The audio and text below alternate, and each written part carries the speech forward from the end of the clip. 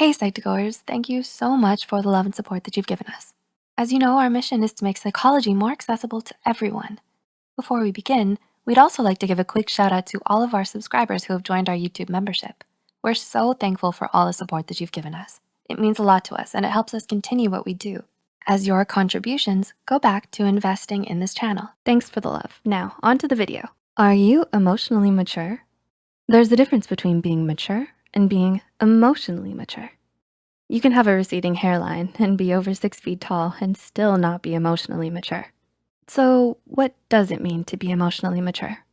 When someone is emotionally mature, they can manage their feelings in nearly any situation. They possess empathy for others and often know how to de-escalate a conflict if necessary. They're the person you go to when you have a tough issue you need to talk about. Sounds great, right? Well, to help you get a grasp on your emotions, here are 8 ways to become more emotionally mature. Number 1, identify your emotions. How can we get a grasp on our emotions if we don't first know what we're feeling? It might seem silly that you must identify your emotions, but before you get into a heated fight or start breaking down into a sob, do you know what led you there? Maybe a simple irritation over a comment someone made found its way deep into your thoughts, and you carried that anger with you for the rest of the day. If you first recognize what you're feeling, then you can start to understand why and resolve it for yourself. Try leaving a tally in a journal every time you feel angry or irritated, and for every time you feel sad or empty. Then ask yourself why you felt that way. Being aware and understanding why you feel these things can help you manage your emotions. So if you know you're getting irritated at your brother for eating the last donut, your donut, take a breath and recognize that you're simply irritated at a donut before you say something you'll regret. That irritation could turn into anger for the rest of the day if you don't first identify why you were even angry in the first place. Now recognize your anger and acknowledge it. Remind yourself that your feelings are valid, but you don't have to act on them. Number 2, take responsibility. Have you ever denied something just because you didn't want to admit you were wrong? Sometimes reality can be hard to face, but it's more mature to take responsibility for our actions instead of brushing them away. If we simply ignore that we were wrong during an argument or don't take action on things that are our responsibilities, we can never learn and grow from our mistakes. Being aware, holding yourself accountable, recognizing you were wrong, and learning from your mistakes shows that you're emotionally mature. Not only that, next time you're in the same situation, you won't make the same mistake twice. Number 3, find a role model. If you struggle with how quickly you react negatively in stressful situations, try looking towards someone you admire as a guide. What would they do? If someone you admire acts in an emotionally mature and positive way in tough situations, it's great to use them as a role model. Like Mother Teresa. What a role model. It's important to, of course, not lose track of who you are. You don't wanna become your role model and lose yourself. You just wanna learn how they handle situations so well. Maybe they have a great work ethic that you admire. Try it out. How do they handle negative feedback? Calm and smoothly? Worth a try. So next time you're in a tough situation, think, what would Mother Teresa do? Number 4, keep a thought diary. Do you suffer from negative thoughts? Are you constantly discouraging yourself? Do you point out your flaws every time you look in the mirror or complete a project? It's important to our mental health that we work towards having positive thoughts as opposed to negative ones. While we may think, oh, it's just one negative thought, no big deal, these negative comments we make to ourselves start to pile up. Soon, you're left with a harsh thinking pattern that will often take the lead when it comes to what you think. These thought processes are usually automatic and can become habitual. We don't wanna think of ourselves or others in a negative light, but negativity can find a way inside of our minds. A good way to think positive is to practice cognitive reconstructuring. This can be done by keeping a thought diary. Write down what you feel every day. What were some thoughts that raced through your mind? What did you stress about? Was it worth it? What are some alternative ways to look at the situation? Our worry can be valid, but when we open up our diary and see the same thoughts take up our day over and over, we may realize they weren't worth worrying about at all.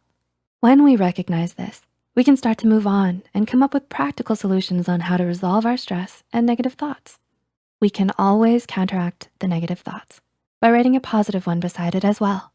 Number 5, Learn to be open-minded. Emotionally mature people understand they don't have all the answers. That's why it's best to open our minds to other perspectives besides simply our own.